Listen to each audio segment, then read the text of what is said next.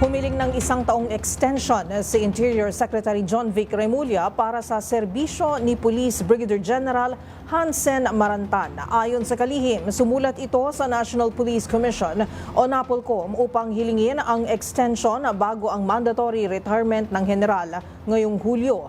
Ang iba pang detalye ibabalita ni Edniel Parosa. Hiniling ni Interior Secretary John Vic Remulla sa National Police Commission ang isang taong extension sa serbisyo ni Police Brigadier General Hansel Marantan. Kinumpirma ni Remulla sa PNP Press Corps ang sulat sa NAPOLCOM bago ang mandatory retirement ng general ngayong Hulyo. Nakasaad sa liham ang importansya ng trabaho ni Marantan sa mga tinawag na critical at ongoing high-impact operations na kanya umanong pinangungunahan. Kasalukuyang direktor si Marantan ng Police Regional Office Calabarzon. Minsan na rin siyang tumulong sa pag-aresto kay Pastor Apollo Kibuloy noong hepe siya ng Davao City Police. Pero nang tanungin ang pambansang pulisya kung may iba pang special assignment si Marantan, tinawag itong confidential ni PNP spokesperson Police Colonel Allen Reyco.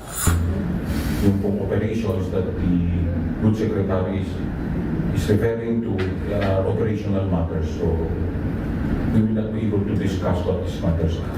By its very nature, it's high impact and confidential. Ipinagpasalamat naman ni Marantan ang rekomendasyong sa salang pasa-approval ng kaukulang opisyal.